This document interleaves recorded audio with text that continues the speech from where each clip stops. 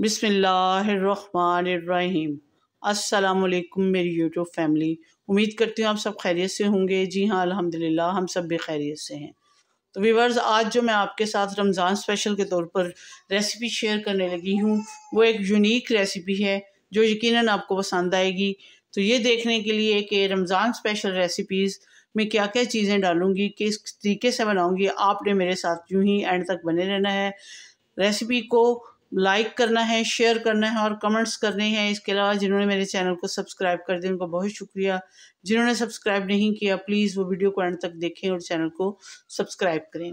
Bell के button को भी आपने हिट करना है ताकि हर आने वाली वीडियो का नोटिफिकेशन सबसे पहले और जल्दी आपको मिल सके। इसके अलावा फेसबुक का लिंक भी आपको डिस्क्रिप्शन में मिल जाएगा, वहाँ पर जाइए। मेरी आज की वीडियो को, आज की रेसिपी को आपने लाइक, शेयर और कमेंट्स करना है। अपने फैमिली मेम्बर्स में कम से कम 10 बंदों में आपने इसको शेयर करना है। और मेरे चैनल को भी सब्सक्राइब कीजिएगा, मेरे पेज को भी ज्वाइन कीजिएगा आप।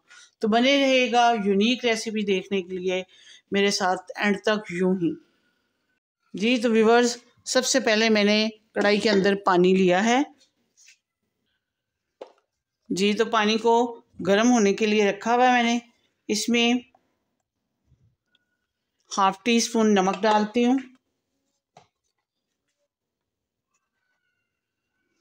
और थोड़ी सी इसमें डालूंगी हल्दी और इन सब को करूंगी मिक्स करने के बाद मेरे पास ये आलू हैं। ये 2 अदद आलू लिए हैं और इनको इस तरीके से लंबा लंबा मैंने काट लिया है।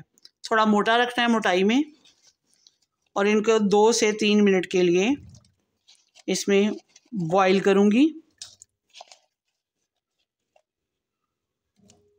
फिंगर चिप्स की तरह काटना है, मोटा मोटा, बारीक नहीं काटना, मोटा मोटा काटना है। इनको 2 से 3 मिनट के लिए बॉईल करती हूँ।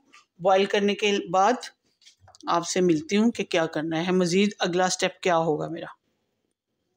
तो बने रहेगा एंड तक मेरे साथ यूं ही रमज़ान स्पेशल रेसिपीज़ देखने के लिए। जी तो व्यूअर्स, ये मैंने आलू को तोड़ के देखा है। ये देखें, ये 3 से 4 मिनट के लिए मैंने इनको फ्राई कर उबाल लिया है।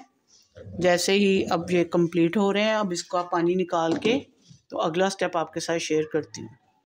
जी तो व्यूअर्स, अब मैंने आलू को तो बॉईल करने के बाद निकाल लिया है। अब इसमें 1 टेबलस्पून डालूंगी मैं ऑयल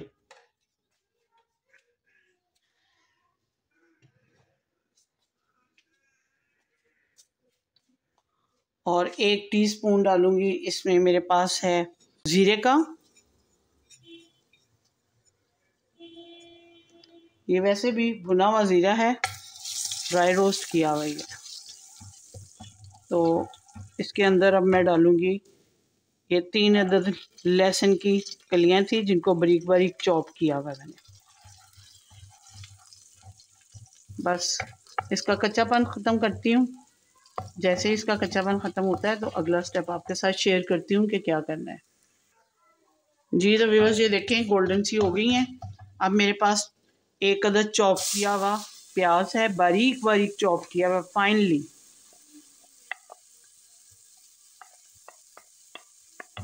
इसको फ्राई करती हूँ।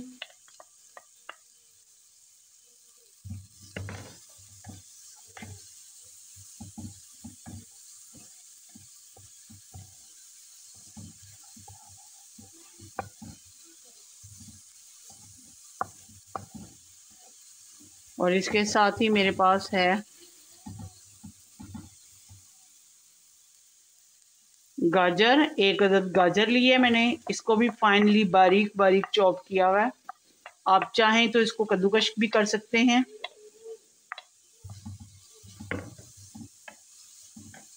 लेकिन मैंने इसको चॉप किया है क्योंकि इसके चंक्स जब मुंह में आएंगे तो बहुत अच्छा टेस्ट देंगे। ये इसका फ्लेवर भी बहुत अच्छा आएगा। आप चाहें तो इसमें बंद गोभी भी डाल सकते हैं, लेकिन मैंने बंद गोभी नहीं डाली। इसके अलावा मेरे पास 1 अदद शिमला मिर्च है। इसको भी मैंने चॉप किया हुआ है। और ये मेरे पास ग्रीन प्याज है, बस एक उसका वो टहनी जो होती है शाख वो ली हुई है, और धनिया है। ये डाल के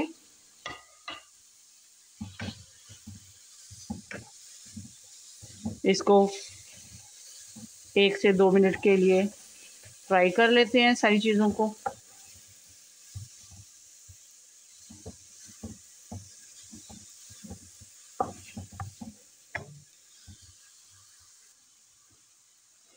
जी तो व्यूअर्स, इसको फ्राई करने के बाद अब मेरे पास ये 300 ग्राम चिकन है, बॉईल किया हुआ है। हल्का सा नमक डाल के इसको बॉईल करने के बाद इसको श्रेड कर लिया है।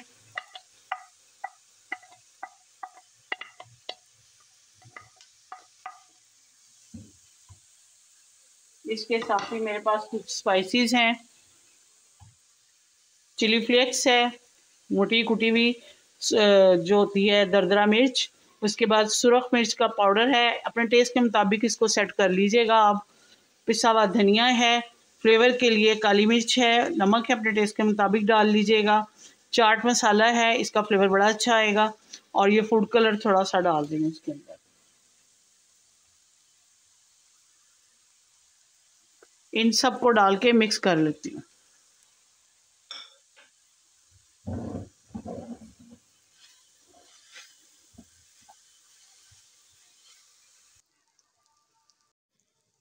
जी तो व्यूअर्स, अब ये मेरे पास 2 अदद बड़े साइज़ के आलू हैं।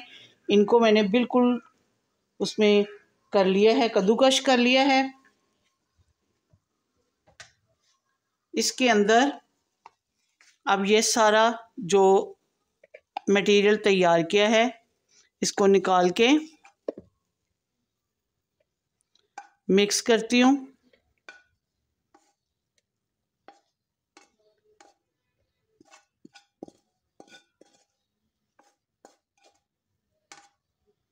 और इसको ठंडा होने देती हूँ।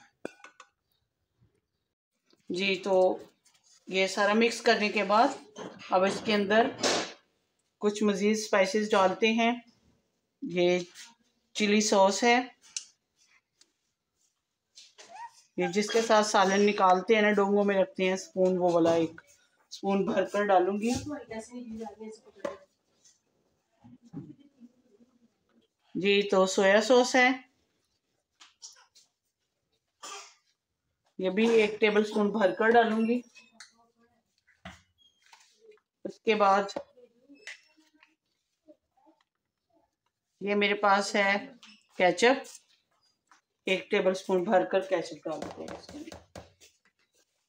अब इन सबको मिक्स करूंगी अच्छे तरीके से मिक्स करके, तो इसको ठंडा होने देती हूँ। जी तो व्यूअर्स, ये देखें सारे स्पाइसेस मैंने इसके अंदर मिक्स कर दिए हैं अच्छे तरीके से। अब इसको ठंडा होने देती हूँ, तो उतनी देर में इसकी कोटिंग वगैरह तैयार कर लेती हूँ कि क्या करना है मज़ीद। जी तो सबसे पहले मैंने एक डोंगा ले लिया है, उसके अंदर मैंने कॉर्नफ्लोर ले लें या मैदा ले लें, ये 2 टेबल स्पून लिया है। इसके अंदर डालूंगी मैं 1 चुटकी दरदरा मिर्च, काली मिर्च, और इसी तरीके से ½ टी स्पून इसमें नमक डाल के, और जी तो 1 अदद अंडा डालूंगी इसके अंदर।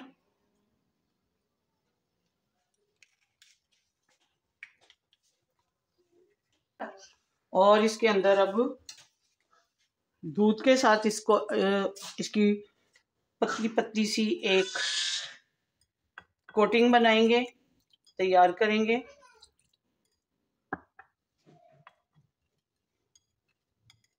एक ही हाथ रखेंगे ताकि इसके अंदर गुठलियां नहीं बने। ये यूनिक रेसिपी जो बना रही हूँ उसके ऊपर कोटिंग होगी, और ये बड़ी अच्छी सी कोटिंग है। बड़ा क्रंच आएगा इसके साथ उसके अंदर।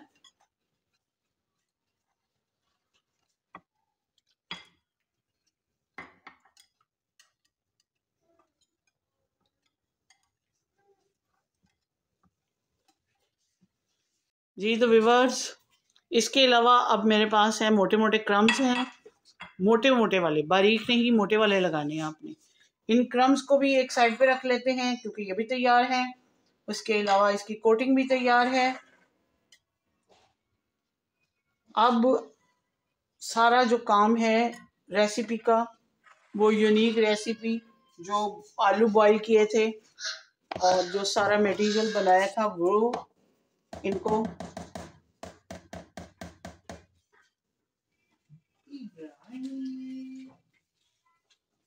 जी तो व्यूअर्स, यहाँ से थोड़ा सा एक मटेरियल ऐसे उठा के इसको बॉल की शक्ल देंगे।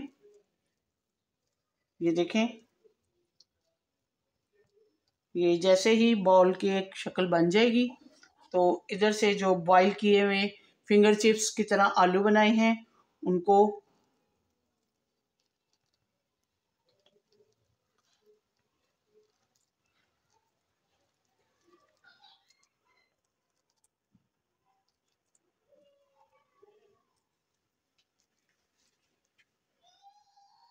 एक इस तरीके से शक्ल दे देंगे। इसी तरह सारे बना के रख लेते हैं। जी तो व्यूअर्स, ऑयल गरम हो चुका है, इसको गरम कर लिया है। अब सबसे पहला काम जो है,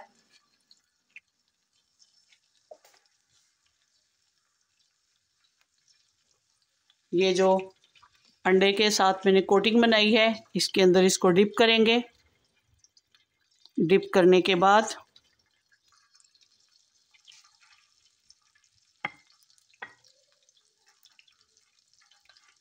इसकी कोटिंग करेंगे।